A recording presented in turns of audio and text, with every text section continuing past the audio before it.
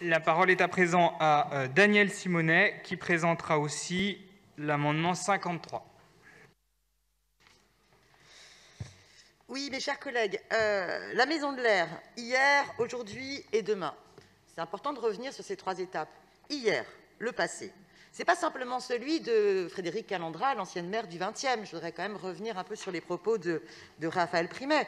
Parce que lorsque la Maison de l'Air, on en parle beaucoup il y a quelques années, c'est parce que la mairie centrale avait décidé que le statut de cet équipement, statut de pavillon, eh bien, devait absolument ramener des recettes à la ville, des redevances, et qu'il y avait un premier projet qui était d'y implanter un restaurant ou un café qui permettait de ramener de l'argent à la ville. Voilà, donc c'était bien un problème d'abord lié à un choix de la mairie centrale. Et puis il y a eu une bronca des habitants, fort heureusement, qui ont dit dans notre quartier populaire, au milieu de ce jardin magnifique, on ne veut pas d'un lieu lucratif. Et l'objectif de cet équipement public, eh bien, tout équipement public qui se respecte est la propriété de celles et ceux qui n'en ont pas. On doit définir ses usages. Bon. Et ensuite, la deuxième étape du passé, ça a été donc la mairie centrale avec la mairie du 20e, et pas la mairie du 20e tout seul, qui ont plaqué les halles civiques. Or, les halles civiques, dans leur identité même, ce n'est pas une structure d'éducation populaire. Les halles civiques, ce n'est pas une structure qui cherche à s'impliquer localement.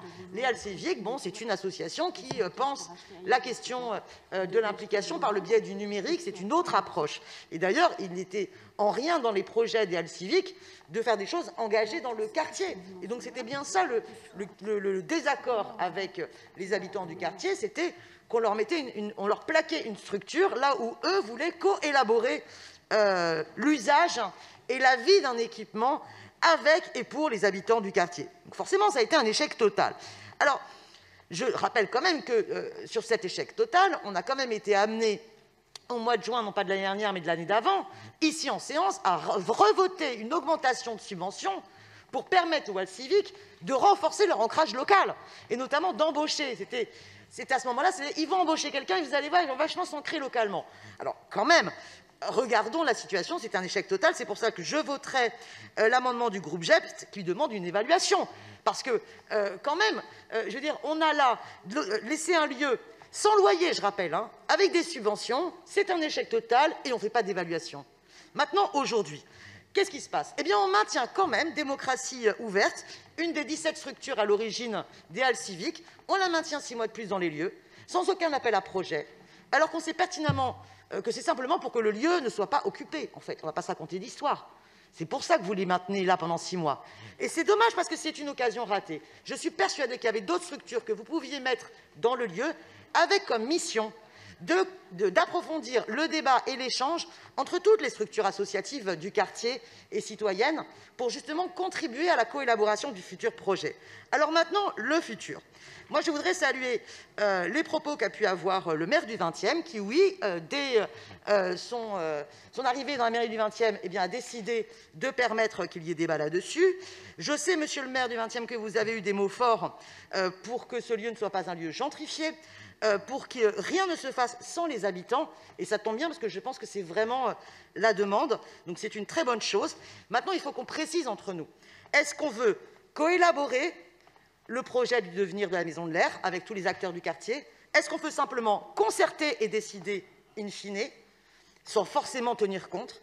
Ou est-ce qu'on veut simplement intégrer un lien fort avec le quartier? C'est pour ça que moi, le vœu du groupe GEP, je pourrais le voter, mais je veux dire, il ne va pas assez loin. On ne veut pas simplement un lien fort avec le quartier. On voudrait que ça puisse être une coélaboration. Et cette coélaboration et ce projet, à quel impératif doit-il répondre? On sait que des travaux importants doivent être faits. Qui doit payer ces travaux? Est-ce que c'est les porteurs du projet qui vont faire vivre le lieu qui doivent payer les travaux? Eh bien, moi, je ne pense pas. Je pense que la ville doit assumer de faire les travaux, de financer les travaux, d'investir dans cet équipement public, et que le coût de cet investissement public ne doit pas être porté par, entre guillemets, une rentabilité économique des porteurs du projet. Sinon, vous verrez que quand vous dites « il faut que ce soit une structure qui relève de l'économie sociale et solidaire », alors je voudrais revenir sur les propos d'Antoinette Gull qui dit qu'il faut que ce soit non marchand. Je dirais plutôt qu'il faut que ce soit absolument pas lucratif. Parce que sinon, je ne vois pas comment on va avoir des recettes possible pour financer un loyer si absolument... Enfin voilà, donc je ne comprends pas. Je pense que c'est à la mairie centrale de payer et non pas à la future structure. Puisqu'auparavant, les halles civiques ne payaient pas de loyer, je ne vois pas pourquoi la future structure payerait un loyer.